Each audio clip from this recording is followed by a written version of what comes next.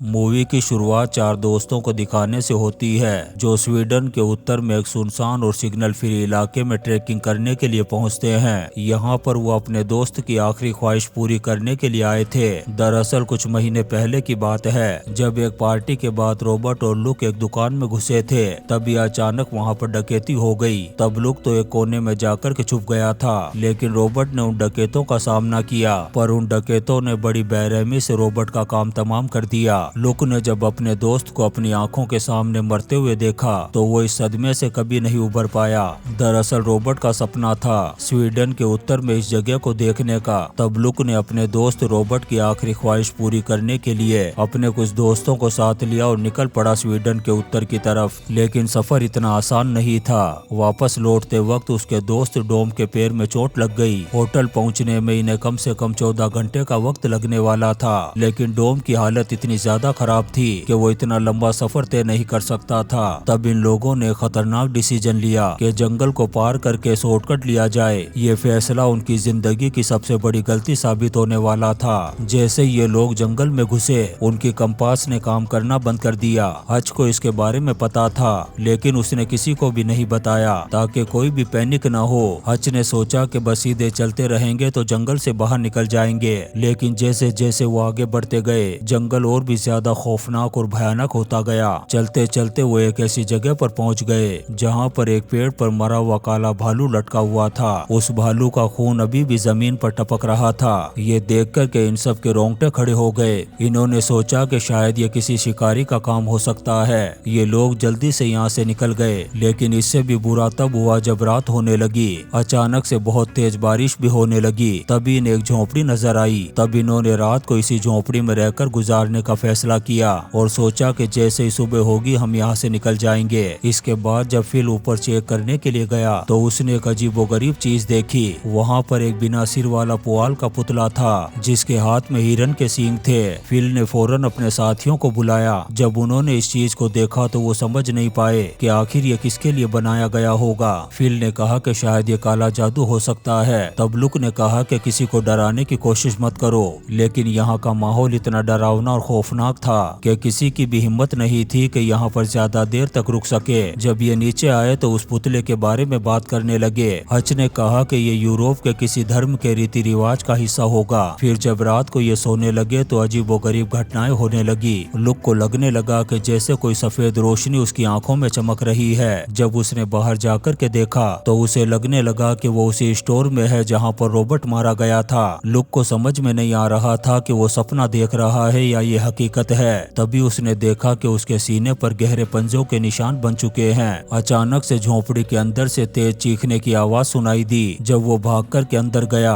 तो उसने हच को देखा जिसकी डर के मारे पैंट गीली हो गई थी। डोम अभी भी डर के मारे कंपा रहा था और फिल तो रूम से गायब हो चुका था। जब लुक उसे ढूंढते हुए ऊपर गया तो उसने फिल को देखा जो बिना कपड़ों के घुटने के बल बैठा हुआ है उस पुतले के सामने। लुक उसे होश में लाया और फिर सबने फौरन झोंपड़ी को छोड़ने का फैसला किया। जैसे ये लोग बाहर निकले तो इन्होंने देखा कि पेड़ों के आसपास अजीबोगरीब निशान बने हुए थे। इससे इनका डर और भी ज्यादा बढ़ गया। अब ज्यादा देर तक चलने की वजह से डोम की पैर की हालत और भी ज्यादा खराब हो चुकी थी, लेकिन अब उनके सामने कोई भी रास्ता नहीं बचा था। पर इन लोगों के लिए असली डरावना सफर तो अब शुरू होने वाला था। जब उन्होंने जंगल में और आगे बढ़ने का फैसला किया, लुक एक ऊंची चोटी पर जाकर के देखना चाहता था कि आखिर ये जंगल कितना बड़ा है और कितनी दूर तक फैला हुआ है। जैसे ही वो चोटी पर पहुंचा उसने अपने सामने एक अजीबोगरीब चीज को देखा जिसे देखकर के वो घबरा गया और अपने दोस्तों को जाकर के बताया। लेकिन डोम ने उसकी बात को मजाक समझा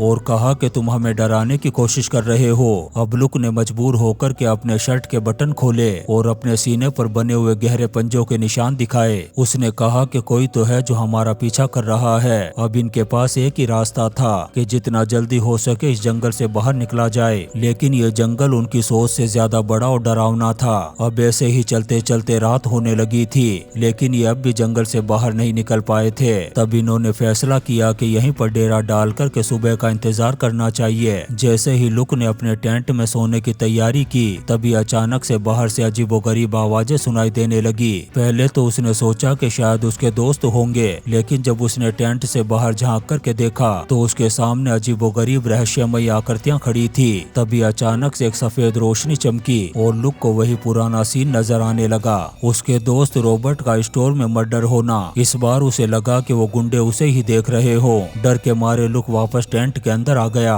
तभी एक विशाल छाया टेंट के बाहर नजर आई। अचानक से उसके दोस्त का टेंट किसी ने खींच लिया और लुक इस डरावने सपने से जाग गया। लेकिन हकीकत में उसे उसके दोस्त की चीखें सुनाई देने लगी। जब लुक बाहर आया तो उसने देखा कि हच अपने टेंट से गायब था। ये दोनों दोस्त डर के मारे बुरी तरह से कांप रहे थे। तभी जंगल के अंदर से एक भयानक दहाड़ सुनाई दी। हच की चीखने चिल्लाने की आवाजें भी उसी तरफ से आ रही थी। फिर ये हिम्मत करके हच को ढूंढने लगे। पूरी रात ढूंढने के बाद ना तो इन्हें हच मिला और ना ही जंगल से बाहर निकलने का रास्ता। सुबह होने पर इन्होंने फैसला किया कि पहले तो हमें इस जंगल से बाहर निकलना चाहिए, फिर हम मदद लेकर के वापस आएंगे। इन्होंने वही दिशा पकड़ी जिस पर ये शुरू में चल रहे थे। चलते चलते ये एक ढलान पर पहुंचे और वहां का नजारा देख कर के इनके होश उड़ गए। दरअसल हच की लाश एक पेड़ से लटकी हुई थी, ठीक उसी तरह से जैसे उस काले भालू की लाश लटकी हुई थी। अब इनको यकीन हो गया था कि कोई ना कोई इनके पीछे जरूर है। इन्होंने हच की लाश को नीचे उतारा और उससे कंपास और नक्शा लिया। इसके बाद इन्होंने उसकी लाश को पेड़ की टहनियों से ढक दिया। तभी दूर पहाड़ी पर इन्हें एक परछाई दिखाई दी। वो कोई और नहीं बल्कि वही खतरनाक जीव था जो इनका पीछा कर रहा था। दिन भर चलने के बाद ये एक ऊंची चोटी पर पहुंचे। लुक ने आगे चल कर के देखा और अपने दोस्तों को एक खुशी की खबर दी। तभी उसकी नजर अपने कंपास पर पड़ी जो अब सही दिशा दिखा रहा था। लेकिन डराने वाली बात यह थी कि पहाड़ी के नीचे आग जल रही थी। तभी अचानक से एक विशाल जीव ने फिल को पकड़ लिया और उसे घसीट करके जंगल की तरफ ले गया। लुक उसे बचाने के लिए पीछे भागा लेकिन वो गायब हो चुका था। वहाँ पर सिर्फ एक टॉर्च पड़ी थी। जैसे ही उसने टॉर्च उठाई तभी उसे पीछे से आवाज सुनाई दी। जब लुक ने टॉर्च की रोशनी से देखा तो डोम एक पेड़ के पीछे छुपा हुआ था। डोम ने उसे बताया कि फिल को एक जीव घसीट करके ले गया है। अब सिर्फ लुक और डोम बचे हुए थे। दोनों ने फैसला किया कि फौरन इस जगह से भागा जाए। भागते भागते इन्हें एक जलती हुई रोशनी नजर आई और उसके पास एक पेड़ पर फिल की लाश लटकी हुई थी।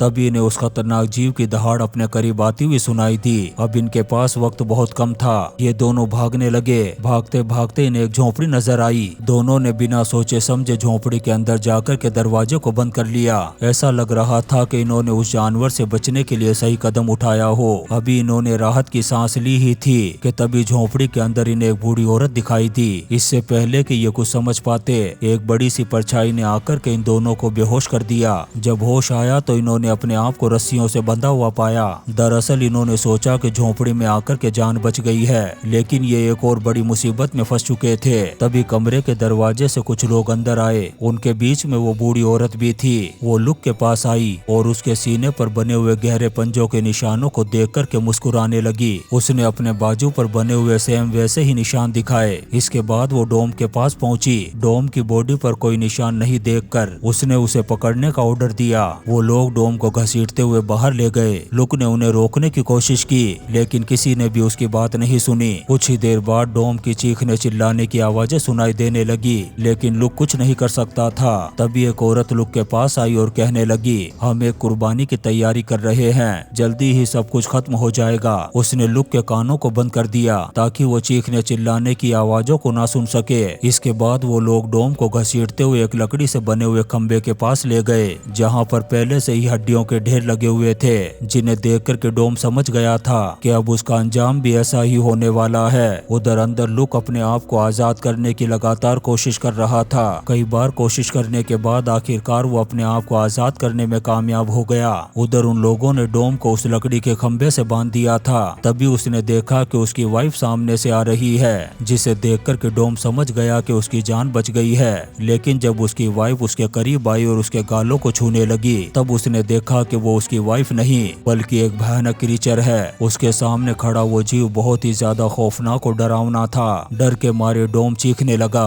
उसके चीखों की आवाज लुक के कानों तक भी पहुंच गई थी, जो एक दरार से उसे देख रहा था। वो जीव डोम को खींचते हुए पेड़ के पास ले गया और उसे वैसे ही लटका दिया जैसे पहले हड्डियां लटकी हुई थी। कुछ ही देर बाद डोम का काम तमाम हो गया। इसके बाद हम एक सुनहरे बालों वाली लड़की को देखते हैं जो लुक के लिए खाना लेकर के पहुंची। उसे देखकर के लुक ने जल्दी से अपने हाथों को छुपा लिया। फिर उससे पूछा कि आखिर ये बाहर का जीव क्या था। उस लड़की ने पहले तो कोई जवाब नहीं दिया, फिर कहा कि वो तुम्हारे दर्द को देखता है और उसे खत्म करने के लिए उसने तुम्हें चुना है। इतना कहकर के उसने दरवाजा बंद किया और वहाँ से चली गई। लुक को भी समझ में आ गया था कि अब उसके पास टाइम कम है, इसलिए जितना जल्दी हो सके यहाँ से भागना होगा। जैसे ही वो दरवाजे की तरफ बढ़ा तभी अचानक से वो बूढ़ी औरत आ गई, जिसे देख कर के वो ऊपर के कमरे में जाकर के छुप गया। तभी उसने देखा कि पास के कमरे से किसी की आवाजें आ रही थी। उसने एक मशाल उठाई और दरवाजा खोल कर के देखा। अंदर का सीन देख कर के वो हैरान रह गया।